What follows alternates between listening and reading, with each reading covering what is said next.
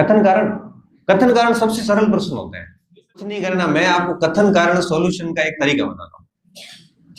कथन पढ़ो,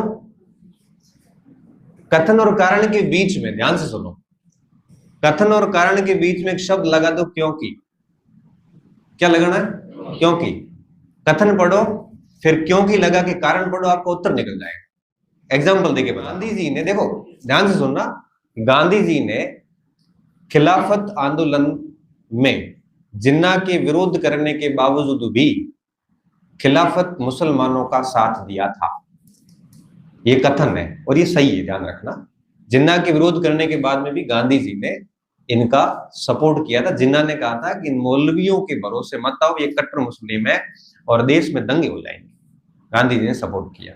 कथन कारण, गांधी जी चाहते थे कि भारत के होने वाले राष्ट्रीय आंदोलन में मुस्लिम अगर साथ देंगे तो एक संगठित आंदोलन होगा, तो हमारी जीत हो जाएगी।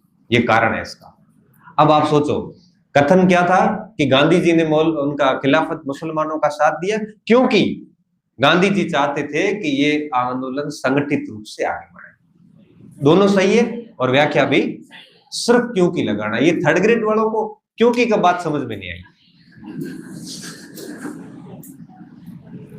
इतनी छोटी सी बात है, अगर क्योंकि नहीं लग रहा है ना, तो इतने आप अंदर से रूड हो जाओ, एकदम रूड हो जाओ, समझ रहे? नहीं तो नहीं। कथन दोनों सही है, क्योंकि सेट नहीं हो रहा है मतलब व्याख्या नहीं कर रहा।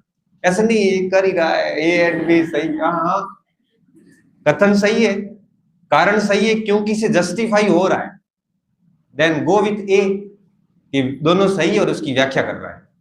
क्योंकि से जस्टिफाई नहीं हो रहा है, गो विथ बी की व्याख्या नहीं हो रही, बात खत्म। समझ गए ना? बस क्योंकि लगाना और कोई माथा उठ ज्यादा नहीं करनी आप।